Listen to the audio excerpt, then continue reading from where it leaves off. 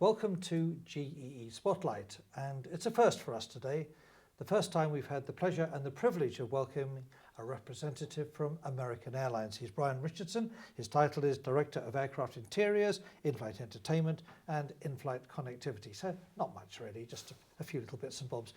Brian, welcome to Global Eagle Spotlight. Thank you for having me. Thank you very much for coming along. Now, I happen to know that you've not been in the industry all that many years, less than 10. So let's take you back. Before you joined American, what was your experience? Yeah, prior to American, I was actually at Dell for a year on Dell Computer Corporation, and prior to that was with Travelocity, and so worked on the cars and hotels and flight bookings. So what was the appeal of switching to a job in aviation? Well, I think I've always, enjoyed flying, and I think it's an area that I think is it's when you make changes in the aviation area, it's immediate. You can often see the results quickly, and I love to travel. Now, you're in charge of aircraft interiors. Was that your original goal when you joined American, or did you kind of get to where you are now via a circuitous route? Yeah, to be honest, I'm not sure I knew that area existed. That was, often you tell people about working on planes and they assume you buy a plane and it comes with all the parts and everything's included, and they don't realize that you just essentially are buying a metal tube and you have to fill it with your items. I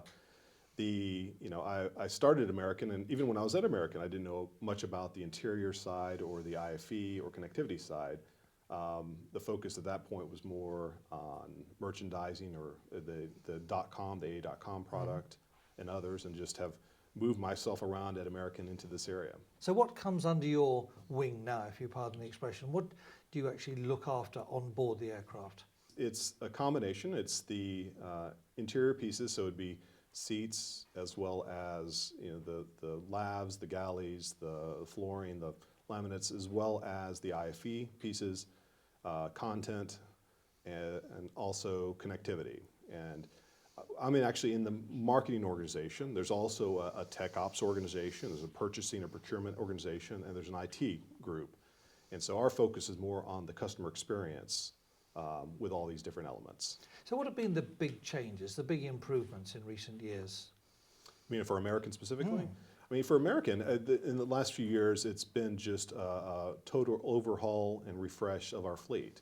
I mean, a few years ago, actually, when I joined the team, we were in the process of the largest order in aviation history for both Boeing and Airbus, quickly becoming the youngest fleet domestically. I mean, I think that was a huge order because it included both the narrow-body aircraft as well as wide bodies, our new 787s.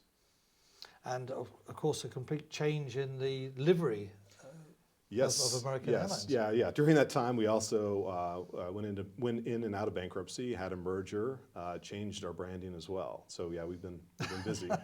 Quite exciting times. Yes. Yeah. Talking of the merger, how's it going with US Airways? It's going very well. Yeah, we've completed, I think a relatively smooth merger process. And from an IFE connectivity perspective, we've been working on this for quite a while, and we have a seamless experience there. So it's gone very well. How many different aircraft types now do you look after? Yeah, more than a dozen. I could run down the list, but yes, essentially, while we are in the process of trying to develop a very consistent fleet, we have, nearly every model, both narrow body, wide body, as well as RJs, regional jets. So does that prove to be a challenge when it comes to standardizing seating, standardizing IFE hardware? Absolutely, yeah, it does, and I think each time you have a new fleet or you add new aircraft, the process starts over, and so you may end up with a different IFE system.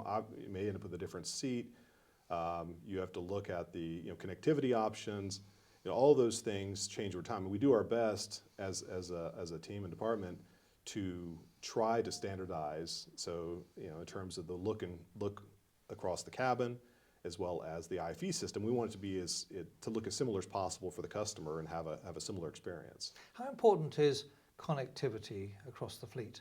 Oh, it's very important. I mean, we were the first U.S. airline with connectivity, and more than 5 years ago.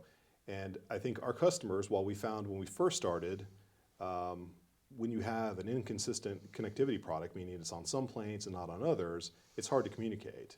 And for customers, they want to know it's there every time. And I think once we have now ended up with our entire domestic fleet with connectivity, and we're expanding to our international wide-body aircraft as well, I think anytime a customer is on a plane that doesn't, or the Wi-Fi is not working, it's a problem. So it's definitely it's table stakes. People expect it. Let's take the all-important business class passenger, a big money earner for the airlines. What does the modern business class passenger expect these days by way of an in-flight experience? Again, I think they do expect they want to be able to know what to expect when they get on board, and so no surprises there. But I think when you're talking about comfort, I think we've seen this trend throughout the industry, and we've certainly gone this direction. But lie flat seats, I think all aisle access is important. I think they want connectivity, they want to be able to be connected wherever they're flying. They expect the food to be good. They expect the service to be good. I mean, I think there's pretty high expectations, and I think they want it to be the same wherever they're flying. Let's turn now to Apex. Why did you decide to get involved with the organization?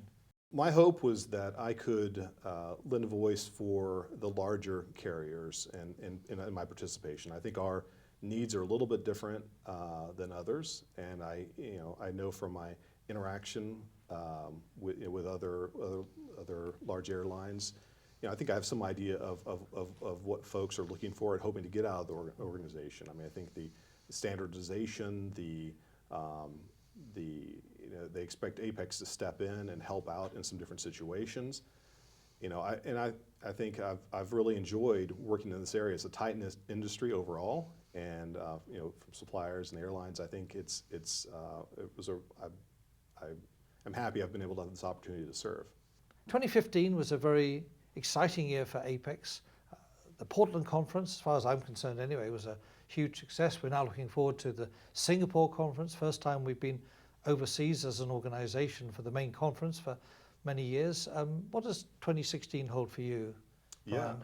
I agree with you. I was going to say I was very happy with the Portland conference. I thought it was great. It's a beautiful city.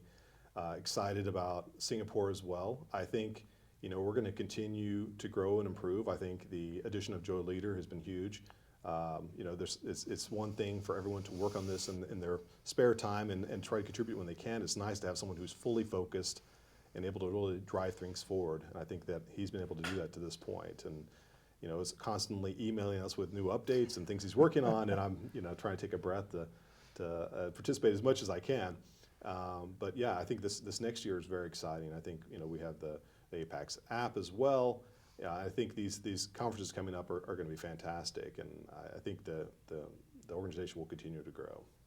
Brian, it's been a great pleasure talking to you. And just before we leave, I just want to ask you about a flight you've just taken, because it's quite interesting. You've just been down to Sydney, Yes. Sydney, Australia. What was that all about? Yes. The new service from LA, we have a new American service from LA to Sydney. Also announced service to LA to Auckland as well.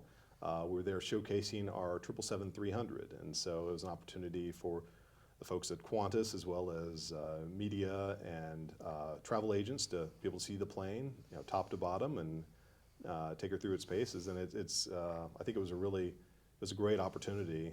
We took one of our brand new 777-300s from Hong Kong down, and had a chance for everyone to walk through and take a look and try it out. And I think we're really happy with how that went. What do you feel as Director of Aircraft Interiors? What do you feel when you invite guests onto a brand new 777-300 and know that you've been part of the team that's put that whole product together? Yeah, well, that's the thing is we had a lot of the team there, and it's a proud papa kind of moment. But to be able to be on the plane, it still gives me some chills to see these planes pulling up brand new, and it is exciting to see people.